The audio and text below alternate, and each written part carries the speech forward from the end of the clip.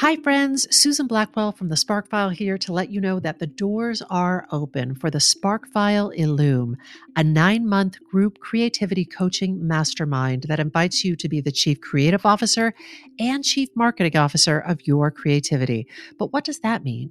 That means in 9 months in Illume, you will clarify and advance your big creative goals and learn how to effectively share your work with the world. Now, if you're listening to this and you're an experienced creative or an accomplished professional who seeks a space where it is safe to attempt something you've never tried before, or complete a big creative project, or take your work to the next level and acquire the skills needed to share your creative work with the world, Illume might be right for you.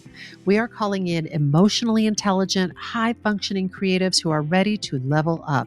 You can find out more by going to thesparkfile.com/Illume, but do it now to find out if Illume is right for you and to save with early bird discounts. That's thesparkfile.com/Illume. Take a leap, take a risk. Go to thesparkfile.com/Illume and join us for Illume. The Sparkfile podcast may contain profanity and other adult content. Please use your discretion. When I bump into something that inspires me, I dump it in my spark file. Could be something that I want to make or how I want to be. I pump it in my spark file. I jump into my spark file. Let's open up the spark file. Welcome to the Spark File, where we believe that everyone is creative, but smart creative people don't go it alone. I'm Laura Camion. And I'm Susan Blackwell, and we are creativity coaches who help people fear less, create more, and bring their creative visions to life. If you're an OG member of the Sparkfile community, welcome back, Sparkler. If you're joining us for the first time, hi, welcome, friend.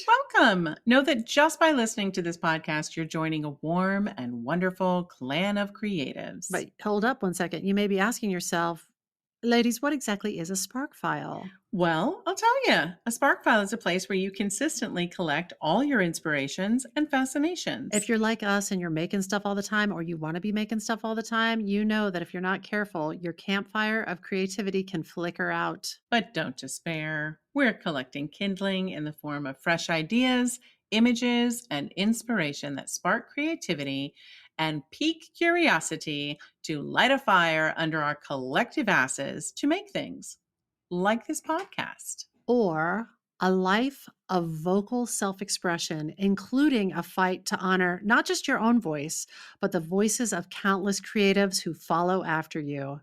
Shabap. Ooh, shabaps. Every single episode, we're going to reach into our spark files and exchange some sparks. And from time to time, we're going to talk to some folks who spark us too. You know what that means? What? It means we have more sparks than we can possibly use in this lifetime. Yes, it does. So if something lights you up, we encourage you, strongly encourage you to take that thing and make something out of it. So without further ado, let's open up The Spark File. The Spark Laura File. Camion. Susie Q. Hi. Spark Day. My favorite day. It's Spark Day. That is going to be a chart-topping dance hit. Hey, thank you. I just realized as I'm getting ready to launch into the Spark, there was something I wanted to include, but maybe I can do it. Maybe I can just remember it when the moment comes. On the fly. Oh, I can't wait. This has been a joyous spark to put together, but it's also like, I want to do it justice, and I want it to be complete, and I want it to be. Is it like a big spider web of like you could follow down many routes, or more dense? I just want to get the details right, and I want it to really honor the spark at the center of it all. So I respect that. Yeah, I respect that completely. Just as we were doing the intro, I thought, oh my God, I forgot about the thing.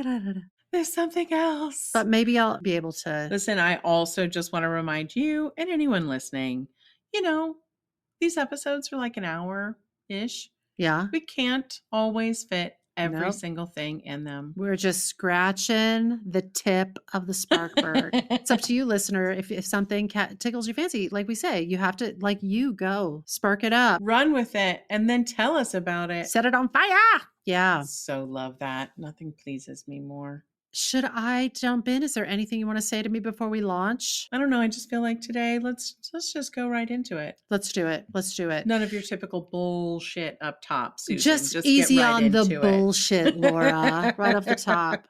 Here we go. So, Laura, you know almost as well as anybody how much I love podcasts. It is amazing to me that there are people in the world, people who have said to us, I love you guys. I don't really do podcasts. And I'm like, oh my God, you're missing out on just like. Well, I mean, not just us, but podcasts in general. No, that's what exactly, I mean. I know. It's just like this whole bounty of right. of free goodness awaits you, and it's on any subject matter, and it can be so niche, and you will Yes. find a podcast or more than one dedicated to it. So, And even better, niche. I like it. it is niche, and niche with a twist. So I love a good podcast, and many of you know I also love some true crime, which is something I actually don't talk a lot about on this podcast because while so many of those true crime stories could certainly spark interesting creative projects, I don't think it would really serve our listeners if I just kept serving up creativity sparks about murders and weird unsolved disappearances. It's like there's some other sources that like dedicate themselves to that. That's right. Yeah. But it is something that I do enjoy consuming in my downtime, like when I'm cleaning or commuting or whatever. Yes. And if you're sparked by it, it qualifies. We can sprinkle some of these throughout. That's right. That's right. You know, when I think about it, baby cams, I'm sure somebody's written their doctoral thesis on why true crime is having such a period. It's not even a moment. Like people are so into true crime. Mostly, I think I just like a good story well told. Really? Because I have a different theory, not about you in particular, but overall. I think that depending on how it's presented, true crime stories engage our brains and the problem solving parts of our brains. And I think there are many people who are like really got into just wanting to potentially solve it. Like, remember when Serial came out and everybody had like a point of view about. But did they talk to this person? But what did they ask them this question? I remember there's a couple whom we adore, and one party in that couple was like, I absolutely think he's guilty. And the other was like, I absolutely think he's innocent. And so I think you have a point there. For me, I don't know that it activates my little Sherlock Holmes. It's more like if something is too scary for me to take in visually, taking it in through my ears is just easier for me. And so I can still enjoy a broader range of stories, including things that might be a little bit like scary or upsetting. But if I just listen to them, it's a little easier for me to take in. Can I pose a question? I don't mean to like disrupt your spark flow or anything, but I completely believe you in regard to like, I love a story well told. Yes. But my question for you is, so you don't need to know the ending of a story because a lot of these are like unsolved, or do you like it better when it's solved? Oh, I don't need to know the ending if it's a good story well told. Oh, fascinating. Yeah. Yeah. I mean, there's a satisfaction that comes when you sort of get the penny drop moment, but you know, that doesn't always happen, especially when you're talking about true crime stories where it may be a cold case that's never been solved. In summary, I like true crime. I don't talk a lot about it on here because it's not always appropriate. But because of that, I stumbled onto a great true crime podcast. It's called Crime Show. It's hosted and produced by a person named Emma Cortland, and I found it refreshing and interesting because it's sort of a different kind of true crime show. First of all, it's incredibly well produced, and the stories are very well told, which in the wide world of podcasts, you know, that's not always the case. What makes it so like different? Do you just think the stories are just that much better told? The stories are totally well curated. The production values are extremely high. They feature an enormous amount of interview sound footage with the people that were involved in the crimes. So it really focuses on the people involved and their experiences with the crime. It's told in their words. The research is journalistic and, fairly deep, but it's still like the stories are told in a really, really compelling way. Smart way. Okay, great. Love this. It's really good. And also the diversity of the crimes they're talking about is interesting. It's not just sort of like murder and kidnap. It's not just that. It's a whole range of things. So I highly recommend it if you're into such things. But the episode that got me hooked is the spark that I want to share today. It is a story that I knew a bit about, but this episode of Crime Show sort of opened a door. It provided a depth of understanding that I didn't have before. And it also brought me to do my own further research on it and to learn a lot more about something that I already knew a little bit about and was interested in. So this particular spark and this particular crime feel particularly relevant to the Spark File podcast because it centers on creativity and creatives, and one creative in particular, and what it means to maintain the ownership of your voice. Ooh. So sources for this spark include the aforementioned Crime Show podcast, an article on rxmusic.com by Michael Premiani, an article on Stereo Gum by Nate Patrine, a podcast called Culture Dump, and a BBC News podcast called The Documentary. The voice that's at the center of this story is a singing voice that you know well because you, Laura Camion, and most likely you listeners, unless you've been living in a taco shell, you have heard this voice so much over the past decades. And I am not talking about Cher's voice or Barbara's voice or Judy's voice or Elton's voice or Madonna's voice or Freddie's voice or Aretha's voice. Oh my gosh. You may not know the name attached to this voice, but oh my God, do you know this voice? You have heard this voice when you have danced at clubs and at wedding receptions. You've heard it when you are working out on the treadmill. You've heard it in commercials for Chevy trucks and Uber Eats and Pringles and Downy. You have heard it during the halftime shows at sporting events, and you have heard it playing under music videos.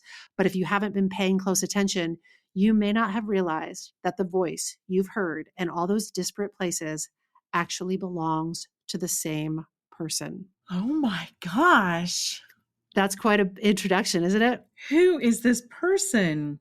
That extraordinary voice is generated by a person named Martha Wash. Laura Camion, does the name Martha Wash ring a bell? Not a single ringtone. I'm guessing, which is fun. This is fun for me because I feel like I get to introduce you to the world of Martha Wash.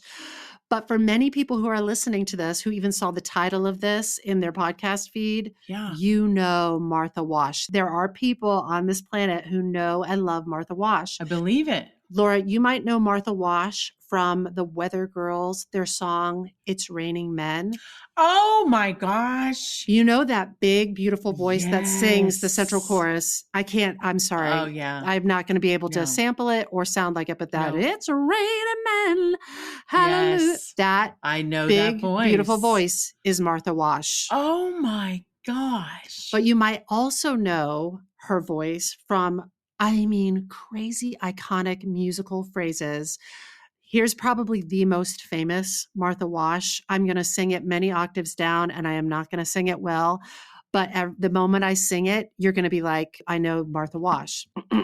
Sorry, everybody. Everybody dance now. Come on. Now, but that's Martha Wash. In your imagination, that big, full voice that sings that.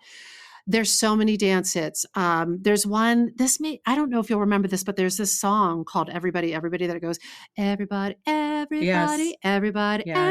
There's a song called Strike It Up, ba-da-da-da-da-da-da, strike it up. That sort of, all of those clubland hits, I will not go on singing it, but her voice is unbelievable. And it is all her own. It is so distinct. It is so unique. But if I were going to compare it to a sound that might be familiar to other people, the closest that I personally could come is Aretha Franklin. It is that big. The range is that wide. It is that nuanced and influenced by so much, like so many styles. It's capable of so much. I mean that with the highest praise, but I'm so struck by how once you key in to the sound of Martha Wash, you realize how much her voice and how many of those musical phrases are threaded into the fabric of our culture. It becomes so recognizable. After this, I want you to Google Martha Wash and then notice how, once you have identified her voice, you will hear it everywhere. Oh my gosh. But why don't we know more about her? Why is it that when I say the name Martha Wash, a clear visual image doesn't pop into your mind? This is at the heart of the spark that I want to get into Oh today. my gosh. I'm on the edge of my seat. We're going to turn back the hands of time. It's 1990. The year is 1990. 1990. I think I would have been in college then. My first year of college. You're in your first year of college. I'm in college. Martha Wash is in a hotel room. She is relaxing before a gig that she has. The TV is on, music videos are playing. And then all of a sudden, from across the room, Martha hears this amazing voice coming out of her hotel room TV. She perks up and she starts watching this music video.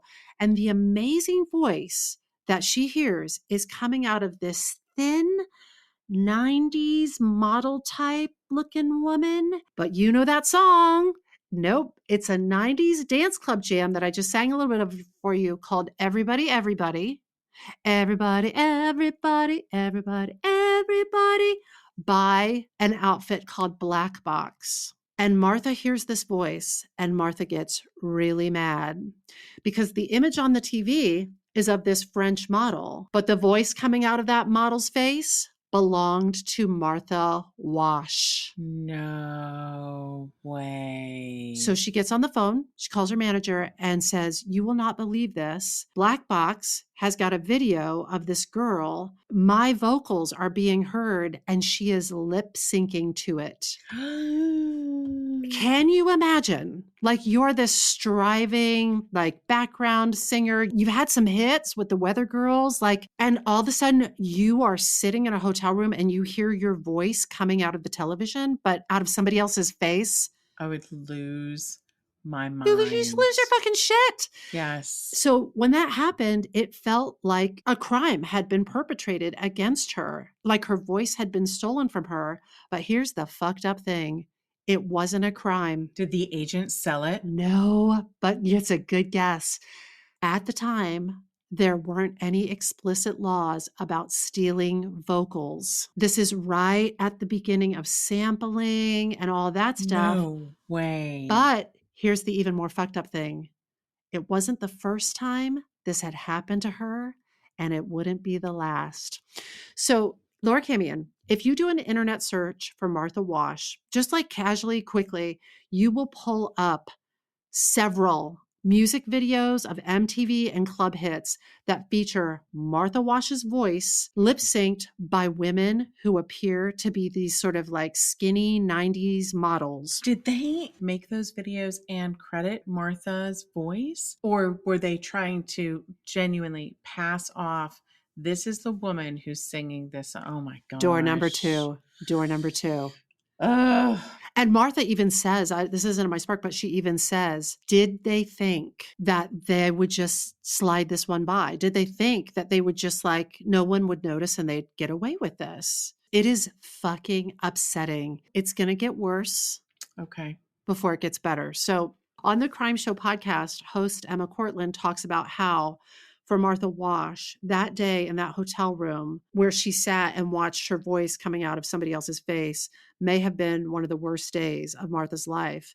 But what Martha couldn't see yet is that that experience was going to be the part of something much bigger. Mm-hmm. And it really was. Martha Wash became a central figure in the fight for vocalists to receive credit and participate in the profit made from recordings of their voices. Oh my gosh. And this is the 90s. This is the 90s. What the heck? This is the 90s. This is the 90s. So just a little bit more about Martha and her journey. On rxmusic.com, Michael Premiani wrote about how in the 80s, Martha experienced success with the Weather Girls, especially that song, It's a Raining Man. That was so bad. Sorry, everybody. Fun side spark. It's Raining Men. Here's a little piece of trivia for trivia night. If we ever get to go back to the pub for trivia night, co-written by Paul Schaefer. David Letterman's bandleader co-wrote It's Raining Men. I never knew that. Good job. Isn't that fun? Good job, Paul Schaefer. I just want to say, fun fact, upon moving to New York, I auditioned for a show and got cast in, it was a Tony and Tina's wedding ripoff. Yes. So it was the Godfather's Meshuggah wedding. So it was like a Jewish groom and the Godfather's daughter getting married. I would pay money to have a ticket to that tonight with you in it. Zeus, I'm telling you. But the penultimate moment in the show was when the bride's sister sang It's Raining Men. So you know that song well. So I know that song very, very well. And I have vivid images from this show. I bet you attached to that song. But I hope there was strong choreo. It is no joke. And it's the wedding dance floor song. I mean, like it gets everybody up and moving. Absolutely. And to the credit of the people who wrote and produced It's Raining Men, that was a fully sanctioned, like Martha Wash was recognized and compensated for her contribution to that song. I just want to have said that. So she has that success with the Weather Girls. And then in 1988, the Weather Girls disbanded and Martha began working as a solo vocalist.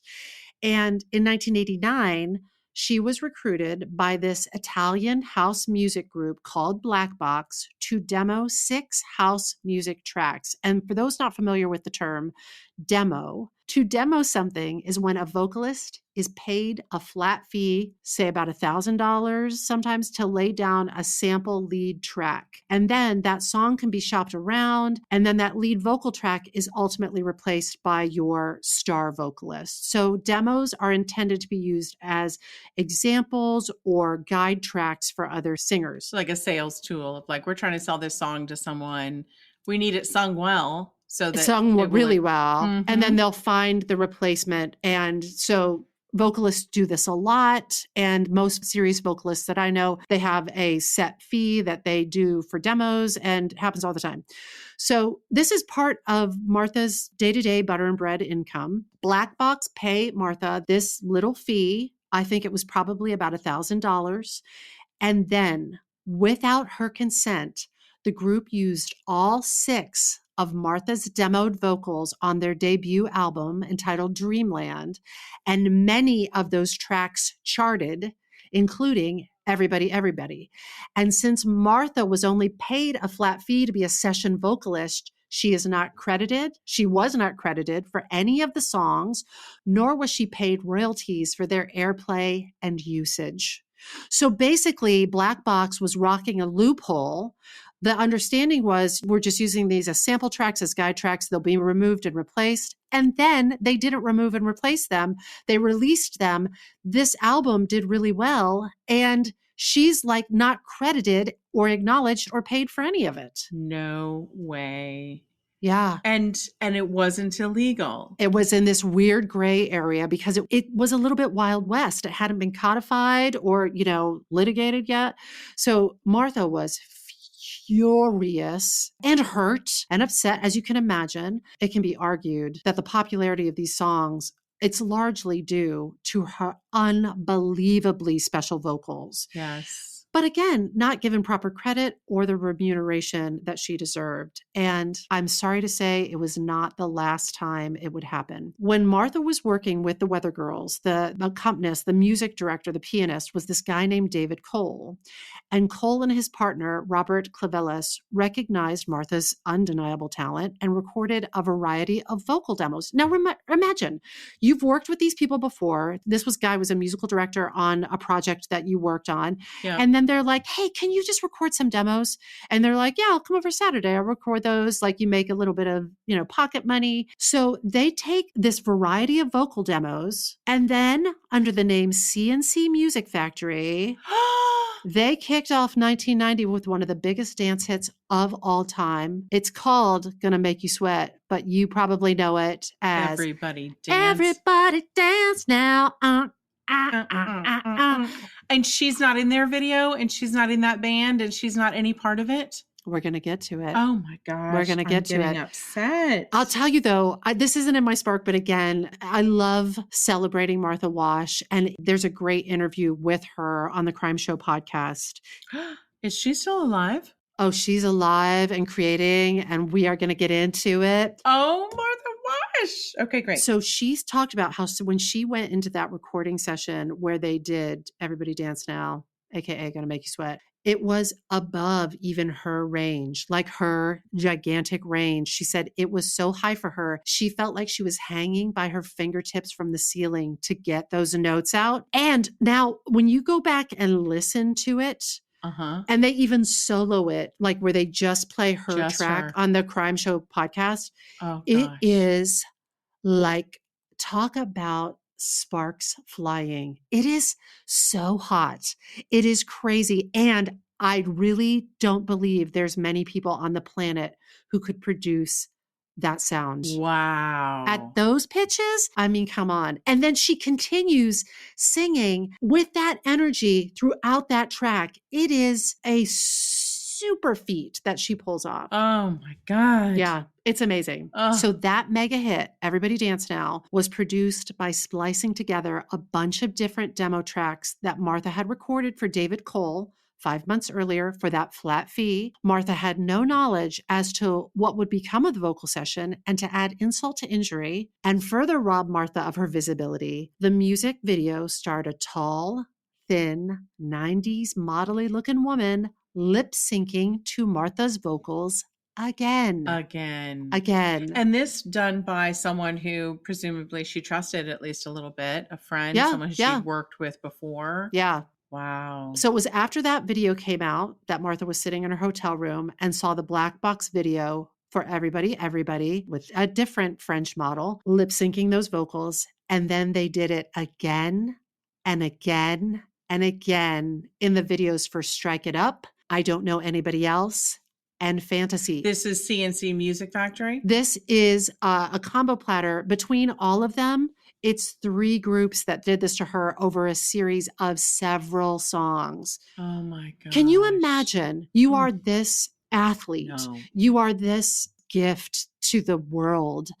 And time again. And she says that in interviews. She's like, it's like they wanted my voice, but they didn't want me.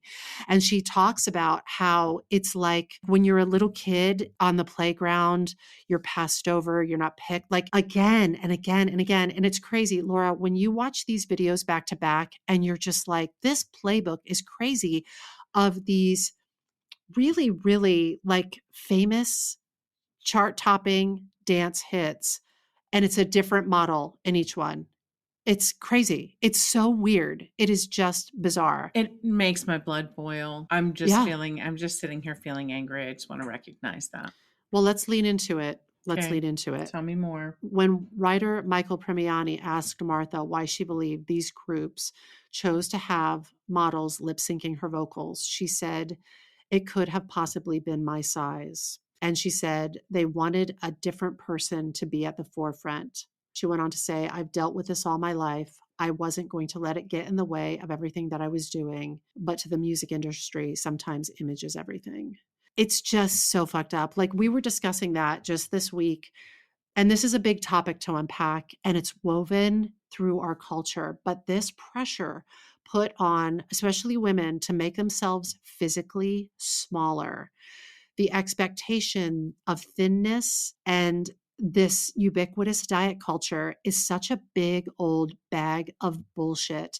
And it's a big bag of bullshit that's particularly prevalent in the entertainment industry. It really is. And I'm sitting here astonished because I almost did a spark, Suze. I almost did a spark on the Anti-Diet Riot Club and this entire movement. So please know that I'm 100% with you. We were talking about this with one of our beloved clients, and we were talking about how for many people, this is a blind spot and how fat phobia is rooted in racism. It's a big topic and it's another spark for another day. And in the words of Sonia Renee Taylor, the body is not an apology. But this is the culture and the industry that Martha Wash was contending with. I mean, it's so angering. It is so blood boiling. It's so angering. I'm so thankful to know that we seem to be working collectively, or a group of people working collectively, to move us into a new way of thinking. But for so long, it has been. It is so, again, in the same way that Martha Wash's vocals are woven into the fabric of our culture, this is also woven into the fabric of our culture. And I loved it when our client said this is a real blind spot for a lot of people. And I think that's true, but I'm super interested in discussing it. I think maybe I will do a spark about it. Do it. Anti-Diet Riot Club, the beauty myth that traces the history back through feminism and pornography, and all of it. It's everywhere. Sparks, sparks, sparks. It's enraging to think that a woman with this talent and skill could have been held back based on perception. And it's really just a few gatekeepers' ideas of what they think other people will think of this body size. I mean, we've talked a lot on this podcast about like what we consume, Mhm. but that messaging gets ingested by many of us. And then we just assume it to be, yeah, that's how it is. And it is bull fucking shit. It's bull fucking shit. That's another spark for another day. Back to Martha Wash. On the Crime Story podcast, Emma Cortland talks about how businesses of all kinds rely on a certain amount of consistency and predictability, but people, and creative people in particular, are neither consistent nor predictable. Creatives, musicians, vocalists have thoughts and ideas and feelings, and they're not always obedient puppets. They want to try new things. They want to grow and expand. Yes. Yeah. Mhm. And so I think in the music industry, like in many industries, including, some industries that we are closely involved in, talent is often a dime a dozen. So it's sort of like, if you're not working, we'll replace you, cog, like we'll replace you. Uh-huh. So if an artist's humanity gets in the way, we'll just replace him. But if you have undeniable, irreplaceable talent, maybe you would never be entirely disposable. And Martha Wash has the goods. Martha Wash has that undeniable voice. And also, Martha Wash has a very, very good lawyer. Please tell me. This is what we call the turn, Laura Camion. This is the turn you've been craving. Yes, you really left me in the pain point for a long time, but I'm happy we're at the turn. So one of Martha's oldest friends was a veteran music attorney named Stephen Brown. When Martha called Stephen and told him about these music videos, he said, not only are we going to get them, but you're going to be famous because I'm going to do this publicly, which I think is really interesting because he's not just saying money, yes, credit, yes, but also visibility and you getting your due. Take up your space. Take up the space. Yeah. Stephen Brown, they were old friends, like from the 70s. What a good friend. We're going to do this.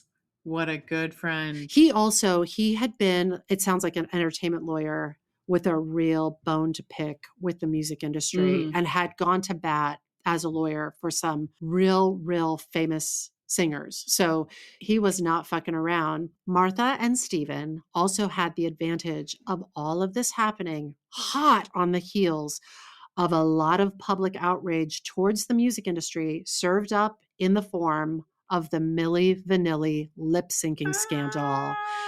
So that's the backdrop. And for those of you who weren't alive then, Milli Vanilli was a European duo. They were two guys who looked like, you guessed it, 90s models. And these two guys, they had won Grammys. They had just been caught lip syncing during a live televised outdoor concert when their recording skipped. So I don't know if you remember this. Remember this footage, Laura Camion? I remember it well. Yeah. If you're I a certain remember it age, well. you remember it well. But I think that for some people listening, we may even have to explain. Okay. There was a time, not even just Milli Vanilli, but there was a time when the expectation was, if we are buying your music for the sound of your voice better sound like your voice, and you better be able to deliver the goods. If we are paying money to attend your concert and you're up there, that is the expectation. Now, I just want to counterpoint this by saying, if you're Janet Jackson and you are up there dancing your ass off, y'all are high if you think a vocalist can dance that hard and maintain. And sound, exactly. Some can. Our little baby Sutton Foster is an example of somebody who can do that, but she can just tap her ass off and then take a breath and sing. But those are athletes. But these are the times of wasn't it Ashley Simpson who went on Saturday Night Live and they played the wrong track. They played the wrong track. She was going to lip sync and the world was completely shocked and appalled, and her career took an enormous hit. Some might even say a death blow from it. Yeah, I was thinking about that when I was writing The Spark, because the name Saturday Night Live implies that what we are seeing is live television, live music. And I remember, I think it was the very next show that they did, U2 was the musical guest, and they made a point of demonstrating that they were singing live. It was a thing. I think it's important to point out because now we have become accustomed to normalizing lip syncing. And also, potentially with auto-tune, your voice may not even be capable of sounding like this. We're in a whole other era now. We're in a different world, which makes it all the more relevant that Martha Wash could do what Martha Wash could do. Yes. Because we are not talking about a time when everyone could manipulate their voice and make it sound like they could do things that they couldn't do. Yes, yeah. For the youngsters who weren't around for it, Milli Vanilli was on stage live at this concert. I think it was an MTV sponsored event. And if you can picture it, they look like they were beautiful, beautiful, modelly looking dudes. And they're sort of dancing to the Running Man, that dance. And their biggest hit, the chorus went, "Girl, you know it's true. Ooh, ooh, ooh, ooh, I love you." And the track skipped. And so it went, "Girl, you know it's, girl, you know it's, girl, you know it's, girl, you know it's." Oh, it's painful. Remember, it was painful. And one of them just Running Man'd right off the stage. And in that moment, people discovered not only that Milli Vanilli didn't sing live, they didn't actually sing at all. They were just attractive lip syncers.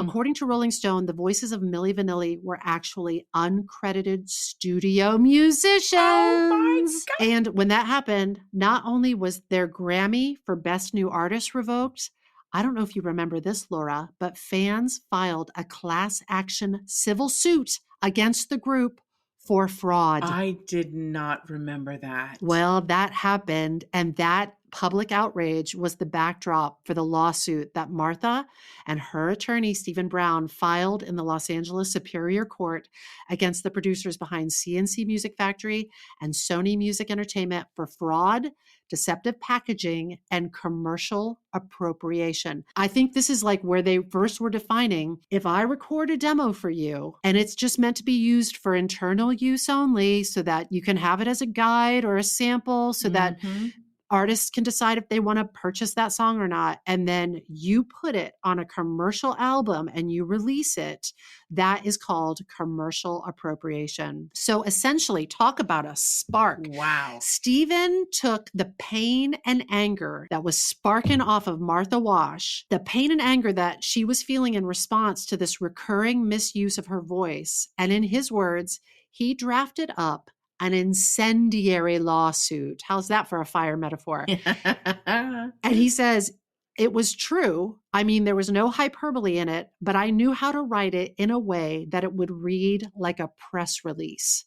And then just for good measure, he also issued a hell of a press release. So he essentially let the justice system and the public know that the voice that was making their booties bounce was none other than Martha Wash. And I just want to underscore this point, Laura Camion. Yes. It is all about great storytelling in a screenplay, in a novel, on a website, when it comes to describing scientific matters, in a lawsuit, in a press release. It's storytelling. It's storytelling. It's storytelling. Now, they had the truth on their side, which is a beautiful thing, but it's storytelling. Here's a little more goodness for you. According to an article on rxmusic.com, Martha and her lawyer also sued RCA Records and Black Box for similar charges.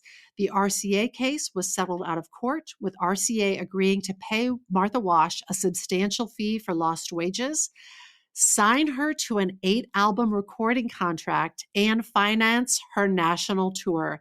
Additionally, new released copies of Black Box's album credited Martha.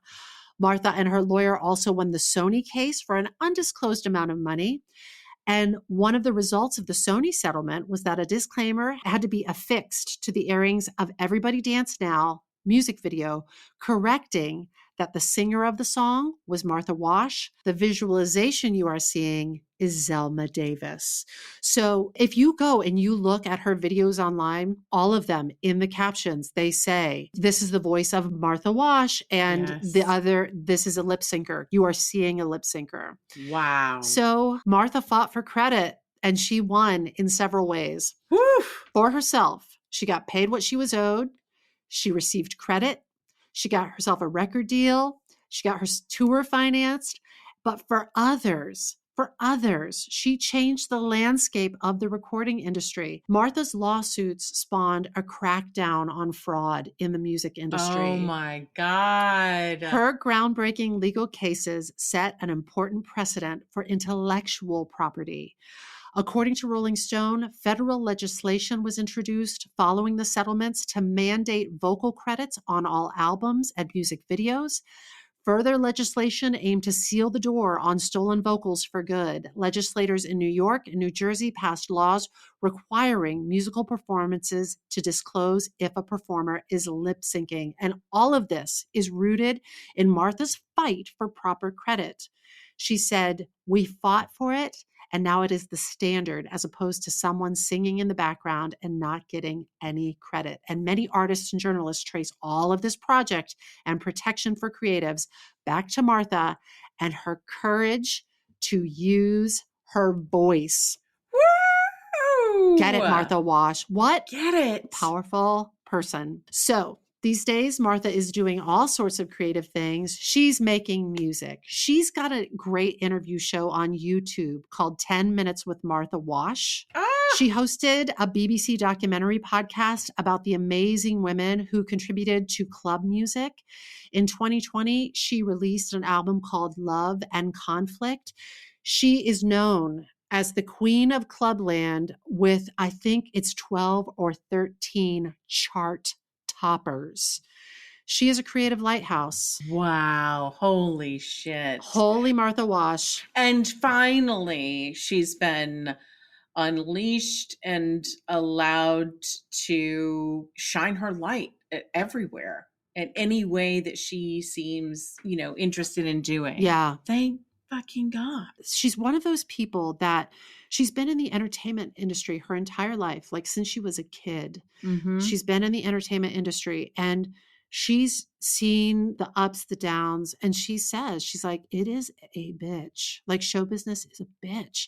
But I feel like through all of it, everything that I've seen of her and everything I've read of her, she is just like undeniably gifted. Yes. But also, she just seems like a really great person. And she seems like she'd be fun to be around, even after all of that bullshittery. Like, she seems like she's got a great spirit and she's just amazing. Well, and the balls that it takes to go up against those behemoths, that's no small feat. And I'm glad she had a good friend, a trusted friend at her side and skilled lawyer. But not everyone would take on the job of like, I'm going to set this right for me and pave the way. Yeah.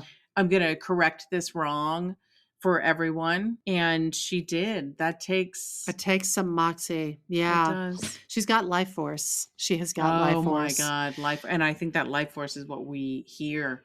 Yes. That we respond to vibrationally, in in her voice. It's Yeah. amazing. So what do we make of it, Laura Camion? I posit this. Use your voice. Use Use it. your Maybe you use it voice. to make your own beautiful music. Maybe you use it to make music that you own. That you own. Use your voice to stand up for yourself and for others and for what is right. Which, God, when I hear and listen and read about what Martha and her lawyer Stephen did, the amount of capacity it would take and the time and the years and the energy and the worry and the intellect to navigate a situation like that seems like an overwhelming project to me. But what an amazing thing they accomplished by using their voices. By using their Yeah, by voices. standing up. It's just Oh, amazing. yes. Amen. And thank goodness that they did. I want to say, creatives, read your contracts. Know what you're entering into. I'm guilty of, it's like, can you sign your contract before you go to set? And I'm just like, I don't have time to read a 5-page small print contract. Sometimes I don't really know what I'm signing, and that's not good. So I'm saying this to you, but I'm saying this to me too. Let's all read our contracts. Get paid what you're owed. Value yourself. Get paid what you're owed. It's akin to valuing yourself, but have integrity. I mean, I know we're not always in a position to turn down jobs, but if you are asked to take a job wherein you know your work cancels out another person's artistic gift, maybe think about turning that down and saying, that's just not right. I mean, I think about those guys, CNC Music Factory producers, Mm-hmm. and I'm like, you had to know what you were doing was so shady. And they went on national TV and accepted awards and were like, we want to thank you guys for not believing all this lip syncing bullshit. Like they did that. Oh my God, then I stand firm with have integrity. Yeah. Fucking have Yeah. integrity. It's interesting though, because at the end of the day, I feel like they found their way. They made peace.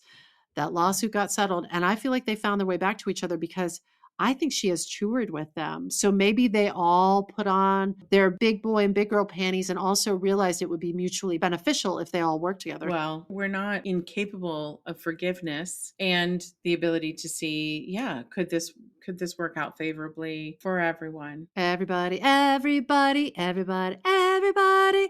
No one would mistake those sounds for the sounds of Martha Wash. Another thing that I thought was interesting about all of this is with technology developing, as you were saying, Laura, there's always sort of this uncharted territory that the law hasn't caught up with. And on the Crime Show podcast, they actually conclude with this really interesting moment where they share a deep fake of a voice we all recognize, which is Jay-Z, but it's a computer mimicking Jay-Z's voice reading a Hamlet soliloquy.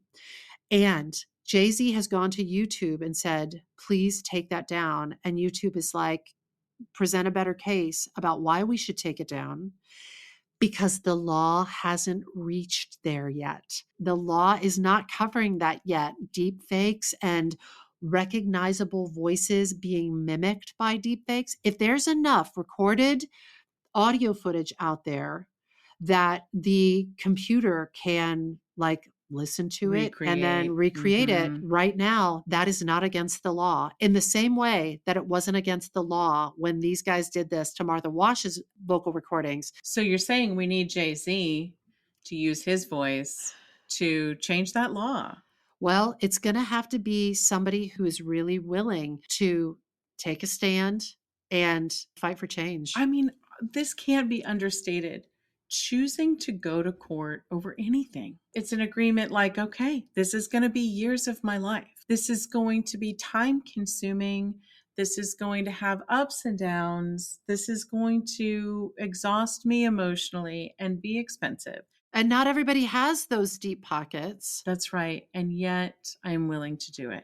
Yeah. That's part of what it takes. And I'm sure that's only part of it. Yeah. So anyway, I guess I want to leave with this. I want to, after all of that, the ups and downs of all of it, I just would love for everybody to Google Martha Wash or use the search engine of your choosing and just bask in the glory of the Martha Wash of it all. I already did it, and she's stunning. Amazing. I believe she's also featured in the 20 Feet from Stardom documentary about Interesting. studio and background singers, which is Uh-huh. a great documentary. She's really something special. So go take a big drink of Martha Wash. She is wonderful. And that I'm gonna voice do it. is undeniable. And I'm gonna check out some of her newer albums as Yeah. well. Yeah. She's really special. That's my takeaway. Oh my God. Her story needs to be shared, Zeus. Thank you so much for this spark.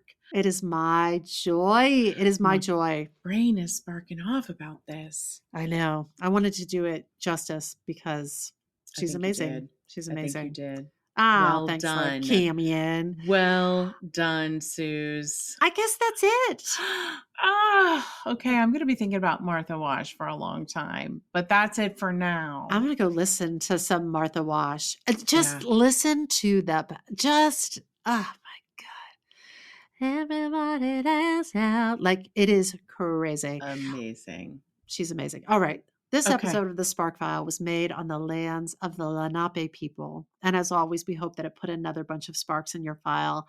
Listen to us. If there is a spark you'd like us to explore, or if you'd like to learn more about how to coach with us to bring your creative ideas to life, you can email us at thesparkfile@gmail.com or submit it through our website, thesparkfile.com. That's right. And we'll even take your feedback if you have any. But you know the price of admission. First, you got to share a creative risk that you've taken recently. You can follow us on social at The Spark File and be sure to subscribe, rate, and come on, you know you want a 5-star review this podcast. It really helps other listeners to find us. Also, if you like this podcast, we do hope you'll share it with people that you love. And if you didn't like it, you'll be hearing from our lawyer. If something lights you up and gets your creative sparks flying, we're writing you a forever permission slip to make that thing that's been knocking at your door. It's your turn to take a spark and fan it into a flame. You know you got to take it and make it. Everybody dance now.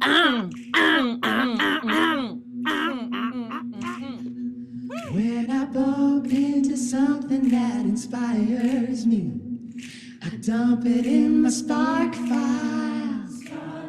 Could be something that I want to make or how I want to be. I pump it in my spark file. I jump into my spark file. Let's open up the spark file.